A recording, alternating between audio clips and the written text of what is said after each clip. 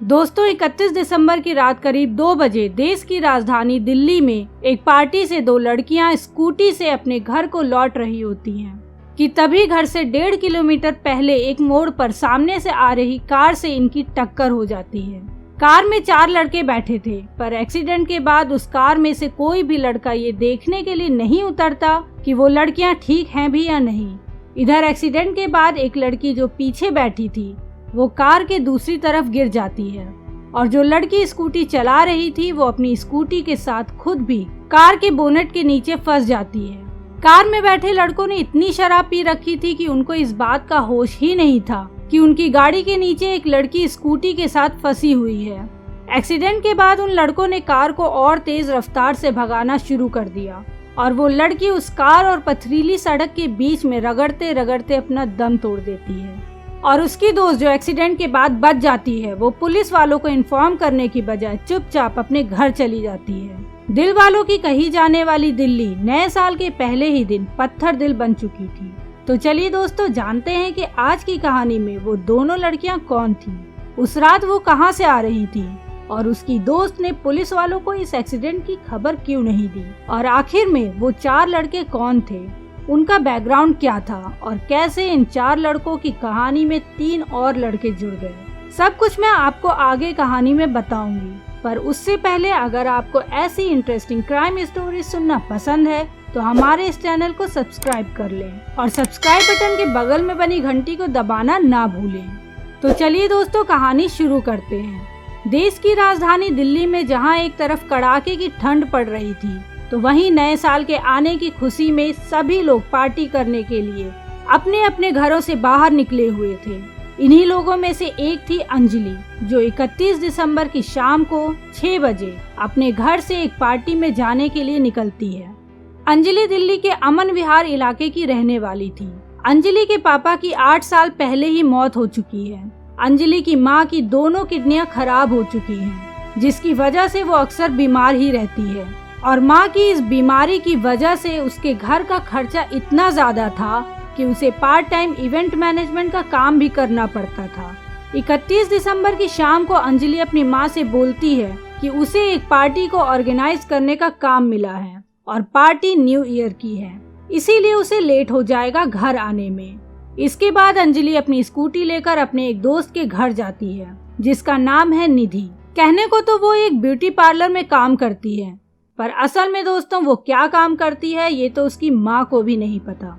वैसे दोस्तों निधि के नाना नानी ने एक इंटरव्यू में ये कहा है कि निधि की आदतें ठीक नहीं हैं, इसलिए उन लोगों ने निधि से अपना रिश्ता तोड़ लिया है। अब निधि क्या करती है इसके बारे में तो कोई खुलकर नहीं बोल रहा, पर निधि ने बहुत कम उम्र में अच्छा पैसा कमा लिया था, जिसकी वजह से उसने अपनी माँ के घर से थोड़ी दूर पर अपने खुद के रहने के लिए एक घर भी खरीद लिया था। जिसके बाद वो अपने माँ के साथ नहीं रहती थी, वो अपने नए घर में अकेले ही रहा करती थी।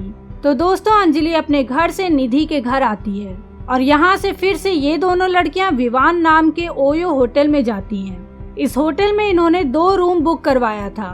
एक रूम लड़कों के लिए था और दूसरा रूम अंजलि और निधि ने अपने लिए बुक कराया था। लड़कों के आने के बाद पार्टी शुरू होती है और ये पार्टी रात करीब 1 बजे तक चलती है। इसी पार्टी के दौरान अंजलि का निधि से पैसों को लेकर झगड़ा शुरू हो जाता है और देखते ही देखते ये झगड़ा काफी बढ़ जाता है। दोनों लड़कियां एक दूसरे को गाली देना शुरू कर देती हैं, जिसके बाद बगल के रूम में बैठे इनके दोस्त और होटल स्टाफ आकर ये झगड़ा शांत कराते हैं। रात करीब 1:30 बजे ये दोनों लड़कियां होटल के बाहर निकलती हैं। सीसीटीवी फुटेज में देखा जा सकता है कि होटल के बाहर भी ये दोनों आपस में काफी देर तक लड़ती झगड़ती हैं। फिर इसके बाद दोनों स्कूटी पे बैठकर घर के लिए निकल जाती हैं। दोस्तों अब मैं अंजलि और निधि की कहानी को यहीं पर रोककर आपको इसी कहानी के दूसरे पहलू की तरफ लेकर चलती हूँ, जो कि उस कार में मौजूद उन 4 लड़कों की कहानी है जिनका एक्सीडेंट आगे जाकर अंजलि और निधि के साथ होता है। इन चारों लड़कों में से पहले लड़के का नाम है मनोज मित्तल। इसकी दिल्ली के सुल्तानपुरी इलाके में एक राशन की दुकान है और साथ ही साथ ये अपने इलाके का बीजेपी नेता भी है। दूसरे लड़के का नाम कृष्णा है, जो कनॉट प्लेस में स्पेनिश कल्चर सेंटर में काम करता है। तीसरे लड़के का नाम है मिथुन, जो पेशे से एक हेयर ड्रेसर है।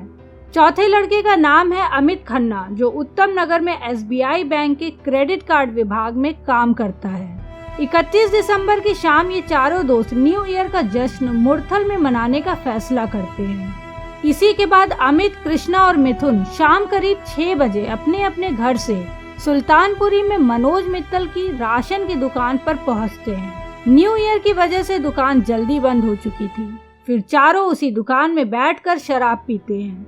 शराब का ये दौर रात करीब 10 बजे तक चलता है और रात करीब 10:30 बजे के आसपास कहानी में 5वें किरदार की एंट्री होती है और इस किरदार का नाम होता है आशुतोष। आशुतोष नोएडा के एक टेक फर्म में काम करता था और वहीं पर इसकी दोस्ती अमित से हो जाती है। अमित शराब पीने के बाद आशुतोष से मुरथल जाने के लिए उसकी कार मांगने उसके घर जाता है। ये कार दरअसल आशुतोष की भी नहीं थी, बल्कि ये कार आशुतोष के जीजा लोकेश की थी। मगर लोकेश की ये कार कुछ दिनों से आशुतोष के पास थी।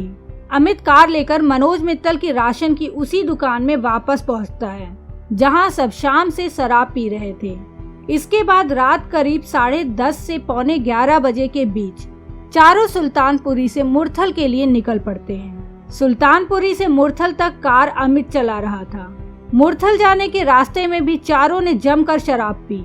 मुरथल पहुंचने के बाद चारों एक ढाबा में पार्टी करते हैं। चारों खाना खाने के बाद देर रात करीब 1 बजे मुरथल से वापस सुल्तानपुरी के लिए निकल पड़ते हैं। वापसी में भी कार अमित ही चला रहा था। अब रात के करीब 1:45 बजे का वक्त हो रहा होगा। मुरथल से लौट रहे उन लोगों की गाड़ी ठीक उसी रूट पर थी जिस रूट से अंजलि और निधि स्कूटी पर घर लौट रहे थे। दोनों आमने सामने से आ रहे थे। उस सड़क पर आगे एक मोड़ था। उसी मोड़ पर अचानक उनकी कार और अंजलि की स्कूटी की आमने सामने से टक्कर हो जाती है। टक्कर होते ही निधि स्कूटी से सड़क पर गिर पड़ती है, जबकि अंजलि स्कूटी के साथ उसी कार में फंस जाती है। हादसा होते ही कार में सवार लोगों को पता चल चुका था। उन्हें ये भी एहसास हो गया था कि एक लड़की कार के नीचे फंस गई है, मगर चारों पहले से ही नशे में थे। उन्हें लगा कि अगर वो यहाँ रुके तो वो लोग फंस जाएंगे। अमित कार को 1-2 बार आगे पीछे करता है ताकि अंजलि और उसकी स्कूटी, जो कि कार के नीचे फंस गई थी, वो निकल जाए। उधर अंजलि कार के नीचे से चीखती चिल्लाती रही, पर उन चारों लड़कों ने एक बार भी गाड़ी नहीं रोकी। जब गाड़ी के नीचे से अंजलि नहीं निकली तब उन लोगों ने कार को तेजी से भगाना शुरू किया। उन लड़कों को इतना भी समझ नहीं आया कि उनकी गाड़ी के नीचे एक जिंदा लड़की घसीटी जा रही है। 23 साल की अंजलि को दिल्ली की पथरीली सड़कों पर पूरे 12 किलोमीटर तक गाड़ी के पहियों के नीचे रौंदते रहे। कब लड़की की मौत हुई, किस पल वो लाश बनी और कैसे वो लाश एक कार के पहिए के नीचे फंसकर लगभग 2 घंटे तक पथरीली सड़क पर भागती रही, इस मंजर को सोच के ही मन में एक सिहरन सी पैदा हो जाती है। दोस्तों, रात के 3:15 बजे दीपक नाम का एक शख्स अपने डेयरी की दुकान पर दूध की डिलीवरी का इंतजार कर रहा था।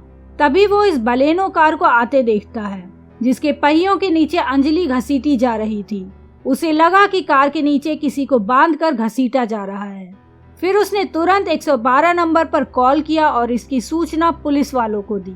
जब इन लोगों की कार कंजवाला इलाके में पहुंची तब तक अंजलि की लाश सड़क पर घसीटे जाने की वजह से शरीर का आधा हिस्सा खत्म हो चुका था और फिर बचा हुआ हिस्सा गाड़ी के नीचे से निकलकर सड़क के किनारे गिर जाता है, जहां से पुलिस वालों को अंजलि की डेड बॉडी मिलती है। हादसे के बाद चारों घबराए हुए थे। एक तो चारों ने शराब पी रखी थी, ऊपर से अमित जो कार चला रहा था उसके पास ड्राइविंग लाइसेंस भी नहीं था। मित्तल, मिथुन और कृष्णा के पास भी ड्राइविंग लाइसेंस नहीं थे। चारों को पता था कि देर सवेर पुलिस कार का पता लगा लेगी। उन्हें ये भी पता था कि बिना ड्राइविंग लाइसेंस के कार चलाने और एक्सीडेंट करने के बाद ज्यादा सजा होगी। अब इसी मोड़ पर कहानी में 6वें किरदार की एंट्री होती है और वो होता है अमित का भाई अंकुश। चारों सुल्तानपुरी पहुंचने के बाद सबसे पहले अंकुश से मिलते हैं, उसे सारी बात बताते हैं। तब अंकुश अमित को एक आइडिया देता है और इस आइडिया के साथ ही कहानी में 7वें किरदार की एंट्री होती है। 7वां किरदार था अमित और अंकुश का कजिन दीपक। असल में दोस्तों, अंकुश ने अपने भाई अमित को सलाह दी कि वो दीपक से संपर्क करे और इसे इस बात पर राजी कर ले कि हादसे के वक्त कार दीपक चला रहा था। दरअसल दीपक इकलौता था जिसके पास ड्राइविंग लाइसेंस है। दीपक ग्रामीण सेवा की गाड़ी चलाने का काम करता है, यानी कि वो पेशे से ड्राइवर है। दीपक को लगा कि मामूली एक्सीडेंट है, इसलिए वो अपने कजन अमित की मदद करने को तैयार हो गया। इसके बाद चारों कार को सीधे सुल्तानपुरी ले जाते हैं। तड़के 4:40 पर अमित कार आशुतोष के घर के बाहर पार्क कर देता है। अमित आशुतोष को हादसे के बारे में सच सच बता देता है, जिसके बाद आशुतोष ने कार से खून के निशान मिटाए। लेकिन तब तक पुलिस को हादसे की खबर मिल चुकी थी। कार और कार का नंबर सीसीटीवी कैमरे से मिल चुका था। इसी के बाद सुबह करीब 8 बजे सभी को पुलिस उनके घरों से गिरफ्तार कर लेती है। बाद में पांचों पुलिस को यही बयान देते हैं कि दीपक कार चला रहा था और नशे की हालत में उनसे ये हादसा हो गया। पुलिस भी उनके बयान को सच मान लेती है, मगर बाद में जब अंजलि केस को लेकर लोगों का गुस्सा फूटता है और मीडिया में खबरें हेडलाइंस बन जाती हैं, तब पुलिस हरकत में आती है। इसी दौरान पुलिस जब कार ड्राइवर दीपक से सख्ती से पूछताछ करती है, तब दीपक टूट जाता है। उसे वैसे भी पहले से नहीं पता था कि हादसा किस तरह का हुआ है। उसने इसे एक मामूली हादसा माना था, मगर जब उसे पता चला कि कार में फंसकर एक लड़की की मौत हो चुकी है, तब उसने पुलिस को सच बता दिया कि कार मैं नहीं बल्कि अमित चला रहा था। दीपक के इस बयान के बाद पुलिस की आगे की छानबीन के दौरान ये पता चलता है कि 31 दिसंबर की रात 11 बजे से लेकर 1 जनवरी की सुबह तक दीपक के मोबाइल का लोकेशन उसका अपना घर था, जबकि इसी दौरान अमित, मिथुन, कृष्णा और मनोज मित्तल की लोकेशन मुरथल से लेकर सुल्तानपुरी थी।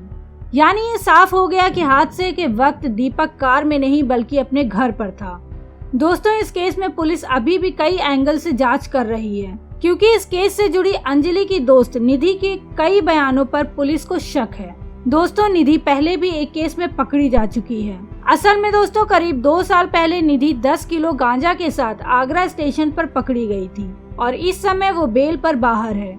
पुलिस को अब निधि पर ये शक भी है कि उस रात निधि और अंजलि उस होटल में कुछ गलत काम तो नहीं कर रहे थे और उनके बीच में पैसों को लेकर क्या झगड़ा हुआ था। वैसे दोस्तों, निधि के पड़ोसियों ने और निधि के घर में रहने वाली किराएदार ने प्रेस वालों की पूछताछ में ये बताया भी है कि निधि का चाल चलन ठीक नहीं है। वो रात भर बाहर रहती है और सुबह 3 से 4 बजे के बीच में अपने घर आती है। अब दोस्तों, देखना होगा कि पुलिस की जांच में और क्या कुछ निकलकर सामने आता है। अभी तक इस केस में जो कुछ भी हुआ है, मैंने सब कुछ बताने की कोशिश की है। अगर आपको हमारी ये कोशिश पसंद आई हो तो इस वीडियो को एक लाइक जरूर करें और हमारे इस चैनल को सब्सक्राइब करना ना भूलें और सब्सक्राइब बटन के बगल में बनी बेल आइकन को जरूर दबा दें, ताकि जो भी कहानी हम आपके लिए लेकर आएं वो सबसे पहले आप तक पहुंचे। तो मिलते हैं दोस्तों नेक्स्ट वीडियो में एक नई कहानी के साथ। तब तक के लिए बाय बाय, टेक केयर, शब बखैर।